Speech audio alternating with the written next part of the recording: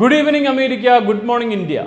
MCN ന്യൂസിലേക്ക് സ്വാഗതം. പ്രധാന വാർത്തകൾ. അമേരിക്കൻ രാഷ്ട്രീയത്തിൽ ഏറെ പ്രാധാന്യമുള്ള വിസ്കോസിൻ ഗവർണർ തെരഞ്ഞെടുപ്പ് നടക്കുന്നു. US പ്രതിരോധ സെക്രട്ടറി ലിയോൺ പെന്നേറ്റയുടെ ഇന്ത്യ സന്ദർശനം ആരംഭിച്ചു.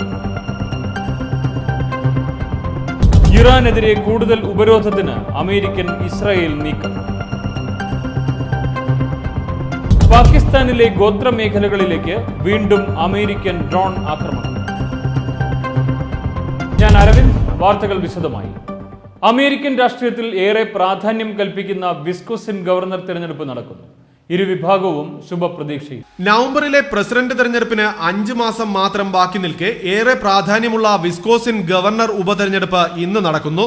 വിസ്കോസിനിലെ ഗവർണറായിരുന്ന സ്കോട്ട് വോക്കറും മിൽവോക്കി മേയറായ ഡെമോക്രാറ്റ് നേതാവ് ടോം ബാരറ്റുമായാണ് ഏറെ പ്രാധാന്യമർഹിക്കുന്ന ഉപതെരഞ്ഞെടുപ്പ് ഇപ്പോൾ നടക്കുന്നത്. 1 മില്യണിലധികം ജനങ്ങൾ നിലവിലെ ഗവർണറായ സ്കോട്ട് വോക്കർക്കെതിരെ തിരിഞ്ഞതോടെയാണ് ഇവിടെ ഉപതെരഞ്ഞെടുപ്പിന് അരങ്ങൊരുങ്ങിയത്. വരാൻ പോകുന്ന പ്രസിഡന്റ് തെരഞ്ഞെടുപ്പിന്റെ മുന്നൊരുക്കം എന്ന നിലയിൽ ഉജ്ജ്വലമായ ഒരു വിജയത്തിനായി 2 പ്രധാന പാർട്ടികളും ലക്ഷ്യമിടുന്നുണ്ട്. ജനരോഷത്തെ തുടർന്ന് സ്ഥാനം രാജിവെക്കേണ്ടി വന്ന അമേരിക്കയിലെ 3ാമത്തെ ഗവർണറാണ് സ്കോട്ട് വോക്കർ. ഇവിടെ സ്കോട്ട് വോക്കർ ജയിക്കുമെന്ന കാര്യത്തിൽ റിപ്പബ്ലിക്കൻ ക്യാമ്പിനോ ഒരിക്കൽ കൂടി സ്കോട്ട് വോക്കറെ ജനങ്ങൾ തെരഞ്ഞെടുക്കില്ല എന്ന കാര്യത്തിൽ ഡെമോക്രാറ്റ് ക്യാമ്പിനോ സംശയമൊന്നുമില്ല. ഇരുവിഭാഗവും ഉറച്ച വിജയപ്രതീക്ഷയിൽ തന്നെയാണ്. എന്നാൽ വളരെ വാശിയേറിയ ഇഞ്ചോടിഞ്ചു മത്സരമാണ് ഇവിടെ നടക്കുന്നതെന്നാണ് അടുത്തിടെ പുറത്തുവന്ന അഭിപ്രായ സർവേ ഫലങ്ങൾ വ്യക്തമാക്കുന്നത്. മത്സരം ഇത്ര വാശിയേറിയത് കൊണ്ട് തന്നെ ഇരു രാഷ്ട്രീയ പാർട്ടികളും തങ്ങളുടെ ജനപ്രിയ നേതാക്കളെയെല്ലാം ഇവിടെ പ്രചരണത്തിനായി രംഗത്തിറക്കിയിരുന്നു. നിരവധി പണമാണ് ഇവിടത്തെ ഇലക്ഷൻ പ്രചരണത്തിന്റെ ഭാഗമായി ടെലിവിഷൻ പരസ്യങ്ങൾക്കായി ഇതിനോടകം ചെലവഴിച്ചത്. എന്തായാലും വിസ്കോസിനിലെ ജനങ്ങളുടെ മനസ്സറിയാൻ ഇനി കുറച്ചു സമയം കൂടിയേ ഉള്ളൂ. അതുകൊണ്ട് തന്നെ നമുക്ക് കാത്തിരിക്കാം. പ്രമുഖ അമേരിക്കൻ ടെലികോം കമ്പനിയായ വെരിസോൺ വയർലെസ് കമ്പനി 1700 ജീവനക്കാരെ പിരിച്ചുവിടുന്നു. ജൂലൈ പകുതിയോടെ ഇത് നടപ്പാക്കാനാണ് കമ്പനി ലക്ഷ്യമിടുന്നത്. അമേരിക്കയിലെ പ്രമുഖ ടെലിഫോൺ സേവനദാതാക്കളായ വെരിസോൺ വയർലെസ് കമ്പനി തങ്ങളുടെ 1700ഓളം തൊഴിലാളികളെ നിർബന്ധിത വിരമിക്കലിന് വിധേയരാക്കുന്നു. രാജ്യത്തെ 12 സ്റ്റേറ്റുകളിലെ 1700ഓളം പേർക്കാണ് ഇപ്പോൾ തൊഴിൽ നഷ്ടമാകുന്നത്. കമ്പനിക്ക് നഷ്ടമുണ്ടാക്കുന്ന ഏരിയയിൽ പ്രവർത്തന ചെലവ് കുറയ്ക്കുന്നതിന്റെ ഭാഗമായാണ് ഈ നടപടിയെന്നാണ് കമ്പനി വക്താക്കൾ പറയുന്നത്. ജൂലൈ പകുതിയോടെ ഈ ജീവനക്കാർ കമ്പനിയോട് വിട പറയുമെന്ന് ഔദ്യോഗിക വക്താവ് റിച്ചാർഡ് യങ് അറിയിച്ചു. 1,92,000 തൊഴിലാളികളാണ് വെരിസോൺ വയർലെസ് കമ്പനിക്കായി ഇപ്പോൾ ജോലി ചെയ്യുന്നത്. ഇവരുടെ പെൻഷൻ ആനുകൂല്യങ്ങൾ വെട്ടിക്കുറച്ചതിലും ആരോഗ്യ ഇൻഷുറൻസ് സംബന്ധിച്ച തർക്കങ്ങളും കാരണം കഴിഞ്ഞ വർഷം ഓഗസ്റ്റിൽ 45,000ഓളം വരുന്ന തൊഴിലാളികൾ വിവിധ യൂണിയനുകളുടെ നേതൃത്വത്തിൽ സമരം നടത്തിയിരുന്നു. അടുത്തിടെയാണ് ആ പ്രശ്നങ്ങൾ അവസാനിച്ചത്. സാമ്പത്തിക പ്രതിസന്ധി മൂലം കഷ്ടപ്പെടുന്ന നിരവധി അമേരിക്കൻ കമ്പനികളിൽ അവസാനത്തെ ഉദാഹരണമാണ് വെരിസോൺ വയർലെസ് കമ്പനിയുടേത്.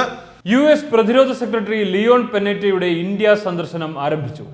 സുപ്രധാന സൈനിക ഉടമ്പടികൾ ഉണ്ടായ വിയറ്റ്നാം സന്ദർശനത്തിന് ശേഷമാണ് പെന്നേറ്റ ഇന്ത്യയിലെത്തിയത്. വിയറ്റ്നാം യുദ്ധത്തിന്റെ 50ാം വാർഷികാചരണത്തിന്റെ ഭാഗമായി US പ്രതിരോധ സെക്രട്ടറിയുടെ 2 ദിവസം നീണ്ടുനിന്ന വിയറ്റ്നാം സന്ദർശനം അവസാനിച്ചു.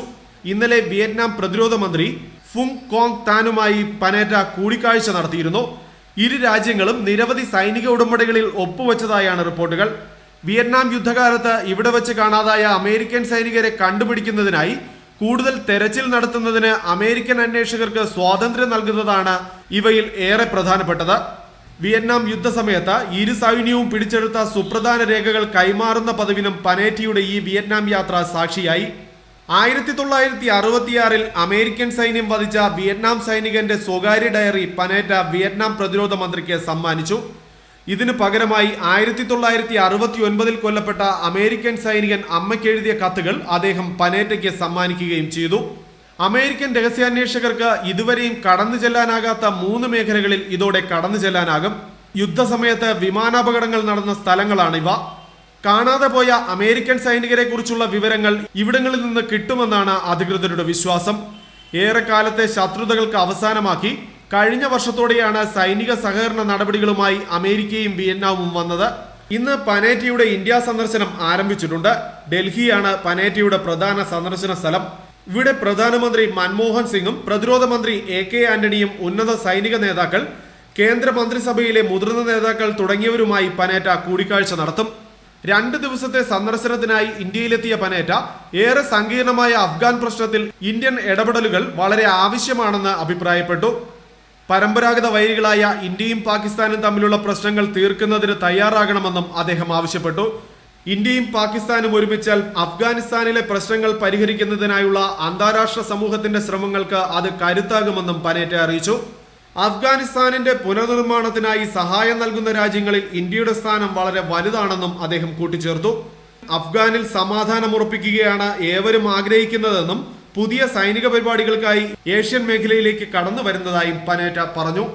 2.5 ലക്ഷത്തോളം ഏക്കർ വനഭൂമിയെ അഗ്നിക്കിരയാക്കി ന്യൂ മെക്സിക്കോയിലെ കാട്ടുതീ തുടരുന്നു. തീ നിയന്ത്രണ വിധേയമാക്കുന്ന നടപടി വിജയിച്ചു വരികയാണെന്ന് അധികൃതർ വ്യക്തമാക്കി. ന്യൂ മെക്സിക്കോയിലുണ്ടായ കാട്ടുതീ 2,41,000 ഏക്കർ പ്രദേശത്തെ ഇതുവരെയും ചുട്ടരിച്ചതായി റിപ്പോർട്ടുകൾ. ഇതോടെ അമേരിക്കൻ ചരിത്രത്തിലെ തന്നെ ഏറ്റവും വിനാശകരമായ കാട്ടുതീയായി ന്യൂ മെക്സിക്കോയിലേത്. 1000-ലേറെ അഗ്നിശമന സേനാംഗങ്ങളുടെ ദിവസങ്ങൾ നീണ്ട കഠിന പ്രയത്നത്തിനൊടുവിൽ കേവലം 18% കാട്ടുതീ നിയന്ത്രണ വിധേയമാക്കാൻ കഴിഞ്ഞിട്ടുണ്ടെന്ന് അമേരിക്കൻ ഫോറസ്റ്റ് സർവീസ് അറിയിച്ചു. കൂടുതൽ പ്രദേശത്തേക്ക് തീ പടരാതിരിക്കാനുള്ള ശ്രമങ്ങളാണ് ഇപ്പോൾ അഗ്നിശമന സേനാംഗങ്ങൾ നടത്തുന്നത്. കഴിഞ്ഞ മാസം ഇവിടെ ഉണ്ടായ ശക്തമായ മിന്നലിൽ നിന്നാണ് തീ ആരംഭിച്ചത്. വിമാനങ്ങളും ഹെലികോപ്റ്ററുകളും തീ അണയ്ക്കുന്നതിനായി അധികൃതർ ഉപയോഗിക്കുന്നുണ്ട്. മെയ് 9-നും മെയ് 16-നുമാണ് ഇവിടെ 2 പ്രദേശങ്ങളിലായി കാട്ടുതീ ആരംഭിച്ചത്. മെയ് 23-നാണ് ഈ 2 തീയും ഗിലാൻ നാഷണൽ ഫോറസ്റ്റിലേക്ക് കൂടി പടർന്നത്. രാജ്യം കണ്ട ഏറ്റവും ശക്തമായ കാട്ടുതീയെ തുടർന്നുണ്ടായ വലിയ രീതിയിലുള്ള പുകയാണ് ജനജീവിതത്തെ ഏറെ ദുസ്സഹമാക്കിയത്. പ്രദേശത്തേക്ക് പുക ഇറങ്ങി വന്നതോടെ ഇവിടെ അധികൃതർ സുരക്ഷാ മുന്നറിയിപ്പ് നൽകുകയും ആളുകളെ മാറ്റി താമസിപ്പിക്കുകയും ചെയ്തിരുന്നു. അഗ്നിബാധിത പ്രദേശങ്ങളിൽ 40 മുതൽ 50 മൈൽ വേഗതയിൽ വീശുന്ന കാറ്റ് കാട്ടുതീ പെട്ടെന്ന് പടരുന്നതിന് കാരണമാക്കുന്നുണ്ട്. തീ നിയന്ത്രണ വിധേയമായ സ്ഥലങ്ങളിലേക്ക് ജനങ്ങൾ ഇപ്പോൾ തിരികെ വന്നു തുടങ്ങിയിട്ടുണ്ട്. ജൂലൈയിൽ വരുമെന്ന് പ്രതീക്ഷിക്കുന്ന മൺസൂണോടെ മാത്രമേ അഗ്നി പൂർണ്ണമായും അണയ്ക്കാൻ കഴിയുകയുള്ളൂ എന്ന ഫോറസ്റ്റ് സർവീസ് വാർത്താക്കുറിപ്പിൽ അറിയിച്ചു. ഇറാനെതിരെ കൂടുതൽ ഉപരോധത്തിന് അമേരിക്ക ഇസ്രായേൽ നീക്കം. ജൂലൈ 1-നാണ് ഇറാൻ എണ്ണയ്ക്കുമേൽ യൂറോപ്യൻ യൂണിയൻ നിയന്ത്രണം കൊണ്ടുവരുന്നത്. ആണവ പദ്ധതിയുടെ പേരിൽ ഇറാനെതിരെ കൂടുതൽ ഉപരോധം ഏർപ്പെടുത്താൻ അമേരിക്കയും ഇസ്രായേലും ആലോചിക്കുന്നു. ഇത് സംബന്ധിച്ച ചർച്ചകൾക്കായി American treasury under secretary David Cohen ജെറുസലേമിലെത്തി. ഇസ്രയേലി സഹവിദേശകാര്യമന്ത്രി ഡാനി അയലോണുമായി അദ്ദേഹം കൂടിക്കാഴ്ച നടത്തി. ഇസ്രയേൽ ഉത്തമ പങ്കാളിയാണെന്നും അവരുമായി ആലോചിച്ചാകും ഇറാനെതിരായ ഉപരോധം ശക്തമാക്കുകയെന്നും കോഹൻ പറഞ്ഞു. 6 ലോകശക്തികളായ America, Russia, China, Britain, France, Germany എന്നിവയുമായി ജൂൺ 18-നും 19-നും മോസ്കോയിൽ ഇറാൻ നേതൃത്വം ചർച്ച നടത്തുന്നുണ്ട്. ഈ ചർച്ചയിലും ഇറാൻ വഴങ്ങിയില്ലെങ്കിൽ ഉപരോധം ശക്തമാക്കാനാണ് അമേരിക്കൻ ചേരിയുടെ നീക്കമെന്ന് ഇസ്രായേലി പത്രമായ ഹാരറ്റ്സ് റിപ്പോർട്ട് ചെയ്തു. മെയ് 23-നും 24-നും ബാഗ്ദാദിൽ ചർച്ച നടത്തിയെങ്കിലും തീരുമാനത്തിലെത്താൻ കഴിഞ്ഞിരുന്നില്ല. ജൂലൈ 1-നാണ് ഇറാൻ എണ്ണയ്ക്ക് യൂറോപ്യൻ യൂണിയൻ പ്രഖ്യാപിച്ചിരുന്ന വിലക്ക് നിലവിൽ വരുന്നത്. ഇതിനു മുമ്പ് സമവായത്തിലെത്താൻ കഴിഞ്ഞില്ലെങ്കിൽ ഉപരോധം ശക്തമാക്കാതെ വഴിയില്ലെന്ന് കോഹൻ ഹാരറ്റ്സിന് നൽകിയ അഭിമുഖത്തിൽ പറഞ്ഞു.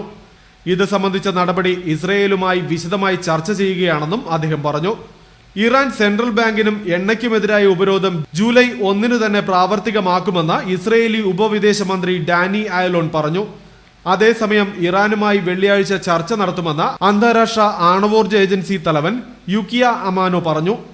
വിയന്നയിൽ IAEA ഭരണസമിതി യോഗത്തിലാണ് അദ്ദേഹം ഇക്കാര്യം അറിയിച്ചത്. ഇറാന്റെ ആണവ പദ്ധതികളിൽ പരിശോധനയ്ക്ക് വഴിയൊരുക്കുന്ന കരാറിൽ ഉടൻ എത്തിച്ചേരാൻ കഴിയുമെന്ന് അദ്ദേഹം പ്രത്യാശ പ്രകടിപ്പിച്ചു. കഴിഞ്ഞ 21-ന് ടെഹ്റാനിലെത്തിയ അമാനോ ഇറാന്റെ ആണവ പദ്ധതിയുടെ മേധാവി സയ്യിദ് ജലീലിയുമായി ചർച്ച നടത്തിയിരുന്നു. ആണവായുധം വികസിപ്പിക്കുന്നുവെന്ന അന്താരാഷ്ട്ര ആണവോർജ ഏജൻസിയുടെ വിവാദ റിപ്പോർട്ടിനെ ആയുധമാക്കിയാണ് അമേരിക്കയും കൂട്ടാളികളും ഇറാനെ ഉപരോധത്തിലൂടെ ശ്വാസം മുട്ടിക്കുന്നത്. സാമ്പത്തിക ഉപരോധത്തിനു പുറമെ ഇറാനിൽ നിന്നുള്ള എണ്ണ ഇറക്കുമതിയും നിർത്തിവച്ചു. കുറഞ്ഞ അളവിൽ കഞ്ചാവ് കൈവശം വയ്ക്കുന്നത് കുറ്റകരമല്ലെന്ന വാദവുമായി ന്യൂയോർക്ക് ഗവർണർ. ഗവർണറുടെ വാദത്തിന് പിന്തുണയുമായി നിരവധി ഉന്നത ഉദ്യോഗസ്ഥരും രംഗത്തെത്തി. കുറഞ്ഞ അളവിൽ കഞ്ചാവ് കയ്യിൽ കൊണ്ടു നടക്കുന്നതിൽ തെറ്റൊന്നുമില്ലെന്ന വാദവുമായി ന്യൂയോർക്ക് ഗവർണർ ആൻഡ്രൂ ക്യൂമോ രംഗത്തെത്തി. ഇത്തരത്തിൽ ചെയ്യുന്നവർക്കെതിരെ കേസുകൾ ചാർജ് ചെയ്യുന്നത് ഒരു തലവേദനയായതോടെയാണ് പുതിയ നിയമനിർമ്മാണത്തിനായി ന്യൂയോർക്ക് തയ്യാറെടുക്കുന്നതെന്ന് ഗവർണർ ജനപ്രതിനിധി സഭയെ അറിയിച്ചു. സംസ്ഥാനത്തുള്ള കറുത്ത വർഗ്ഗക്കാരും ഹിസ്പാനിക്കുകളുമാണ് ഇത്തരം കേസുകളിൽ ഏറെ കുടുങ്ങുന്നത്. 1977-ൽ ന്യൂയോർക്ക് ലെജിസ്ലേറ്റർ 25 ഗ്രാമിന് താഴെ കഞ്ചാവ് കൊണ്ടു നടക്കുന്നവരെ $100 പിഴയൊടുക്കി വിടാൻ തീരുമാനിച്ചിരുന്നു. കഞ്ചാവ് വിൽക്കുന്നതും അവ കത്തിച്ചു വലിക്കുന്നതും പരസ്യമായി കത്തിച്ചു കളയുന്നതും ഇപ്പോഴും നിയമവിരുദ്ധമാണ്.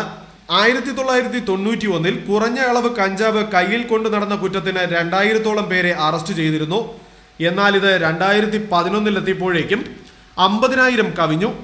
ഇതിൽ പകുതിയോളം 25 വയസ്സിന് താഴെ പ്രായമുള്ള യുവാക്കളാണ്. ഇതിൽ 82% പേരും കറുത്ത വർഗ്ഗക്കാരോ ലാറ്റിനോകളോ ആണെന്നും കണക്കുകൾ വ്യക്തമാക്കുന്നു. ഇവരിൽ 10% പേർ മാത്രമേ മറ്റേതെങ്കിലും രീതിയിലുള്ള കുറ്റകൃത്യങ്ങളിൽ ഏർപ്പെടുന്നുള്ളൂ എന്നതും ഇത്തരക്കാരെ കേസിൽ കൊടുക്കേണ്ട എന്ന തീരുമാനത്തിന് പിന്നിലുണ്ട്. ഈ ചെറിയ കുറ്റത്തിന് ഇവരെ പിടിച്ച് നിയമ നടപടികൾക്കായി ഒട്ടേറെ പണം ചെലവഴിക്കേണ്ടി വരുന്നതായി ഡിസ്ട്രിക്ട് അറ്റോർണിയും പറയുന്നു. ന്യൂയോർക്ക് സിറ്റി ഗവർണറുടെ നിർദ്ദേശത്തിന് പിന്തുണയുമായി മേയർ മൈക്കിൾ ബ്ലൂംബർഗും New York police department commissioner Ray കെല്ലിയും രംഗത്തെത്തി കഴിഞ്ഞു. പാകിസ്ഥാനിലെ ഗോത്ര മേഖലകളിലേക്ക് വീണ്ടും അമേരിക്കൻ ഡ്രോൺ ആക്രമണങ്ങൾ ശക്തമാക്കുന്നു.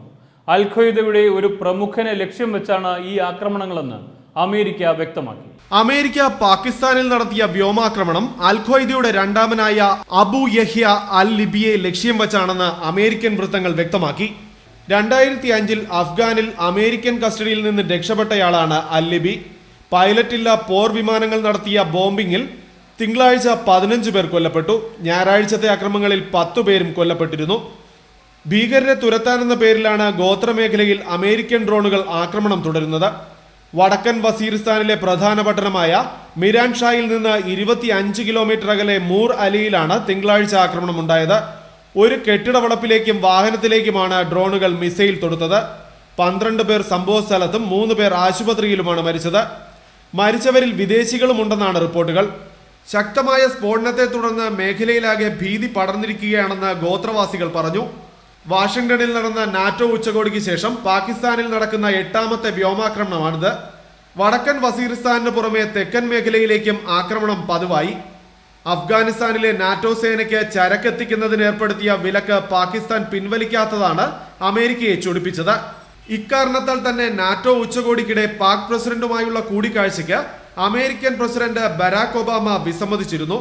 കഴിഞ്ഞ നവംബറിൽ അഫ്ഗാനിസ്ഥാനിലെ നാറ്റോ സേന നടത്തിയ വ്യോമാക്രമണത്തിൽ 24 പാക് സൈനികർ കൊല്ലപ്പെട്ടിരുന്നു. ഇതേ തുടർന്ന് ശക്തമായ ജനവികാരം ഉയർന്നതോടെയാണ് നാറ്റോയുടെ ചരക്ക് പാത പാകിസ്ഥാൻ അടച്ചത്.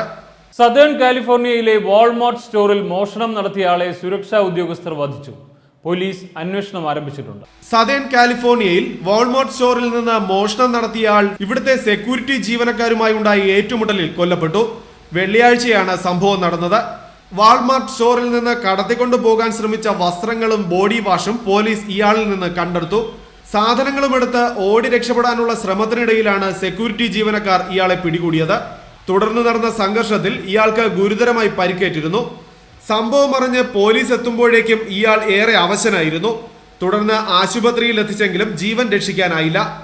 ഈ സംഭവത്തിന് ഉത്തരവാദികളായ സെക്യൂരിറ്റി ജീവനക്കാരെ സസ്പെൻഡ് ചെയ്തതായി വാൾമാർട്ട് ഔദ്യോഗിക വക്താവ് ഡയാന ഗി അറിയിച്ചു. ഷോപ്പിലെ നിരീക്ഷണ ക്യാമറ ദൃശ്യങ്ങളും ഏറ്റുമുട്ടലിൽ കൊല്ലപ്പെട്ടയാളുടെ പോസ്റ്റ്മോർട്ടവും കഴിഞ്ഞ ശേഷം മാത്രമേ ഇതിനെപ്പറ്റി കൂടുതൽ എന്തെങ്കിലും പറയാനാകൂ എന്നും അവർ അറിയിച്ചു. ഗുരുതരമായി പരിക്കേറ്റിട്ടും എന്തുകൊണ്ടാണ് ഇവർ മെഡിക്കൽ സംഘത്തെ വിളിച്ചില്ല എന്നതാണ് ഏറ്റവും വലിയ കുറ്റമെന്നും അവർ അറിയിച്ചു. ട്രെവോൺ മാർട്ടിൻ കൊലക്കേസ് പ്രതി ജോർജ് സിമ്മർമാൻ വീണ്ടും കാരാഗൃഹത്തിലേക്ക്. ജയിൽ മോചനത്തിനായി കോടതിയെ സമീപിക്കുമെന്ന് സിമ്മർമാന്റെ അഭിഭാഷകൻ. ട്രൈവോൺ മാർട്ടിൻ കൊലക്കേസ് പ്രതി ജോർജ് സിമ്മർമാൻ വീണ്ടും ജയിലിലെത്തി. ജാമ്യം നേടി കഴിഞ്ഞ മാസം പുറത്തിറങ്ങിയിരുന്ന സിമ്മർമാൻ കോടതിയെ തെറ്റിദ്ധരിപ്പിച്ചതായി കണ്ടെത്തിയതിനെ തുടർന്നാണ് വീണ്ടും ജയിലിലേക്ക് എത്തിയത്. സിമ്മർമാന്റെ ജയിൽ മോചനത്തിനായി വീണ്ടും കോടതിയെ സമീപിക്കുകയാണെന്ന് അദ്ദേഹത്തിന്റെ അഡ്വക്കേറ്റ് അറിയിച്ചു. ഫെബ്രുവരി 26-ന് ട്രൈവോൺ മാർട്ടിൻ കൊല്ലപ്പെട്ട ദിവസം മുതൽ നാം എന്നും കേൾക്കുന്ന പേരാണ് ട്രൈവോൺ മാർട്ടിന്റേത്. കഴിഞ്ഞ മാസം $150,000 ജാമ്യത്തുകയടച്ച് സിമ്മർമാൻ ജയിൽ മോചിതനായിരുന്നു. എന്നാൽ ഇതിൽ മാർട്ടിന്റെ കുടുംബാംഗങ്ങൾ കോടതിയെ തങ്ങളുടെ അതൃപ്തി അറിയിച്ചിരുന്നു. കേസിന്റെ വിചാരണ കഴിയുന്നതുവരെ സിമ്മർമാനെ ജയിലിലടക്കണമെന്നായിരുന്നു ഇവരുടെ വാദം. കഴിഞ്ഞ വെള്ളിയാഴ്ചയാണ് സിമ്മർമാന്റെ ജാമ്യം റദ്ദാക്കിക്കൊണ്ട് സെമിനോൽ കൗണ്ടി ജഡ്ജ് കെന്നത്ത് ലെസ്റ്റർ ഉത്തരവിട്ടത്. വാദിഭാഗം അഭിഭാഷകൻ സിമ്മർമാനും ഭാര്യയും തങ്ങളുടെ പക്കലുള്ള പണത്തെപ്പറ്റി നടത്തിയ ഫോൺ സംഭാഷണം കോടതിയിൽ ഹാജരാക്കിയതോടെയാണ് സിമ്മർമാന് വീണ്ടും ജയിലിലേക്കുള്ള വഴി തുറന്നത്. $2 ലക്ഷത്തോളം സിമ്മർമാന്റെ കോടതി നടപടികൾക്കായി പൊതുജനങ്ങളിൽ നിന്ന് ശേഖരിച്ചത്.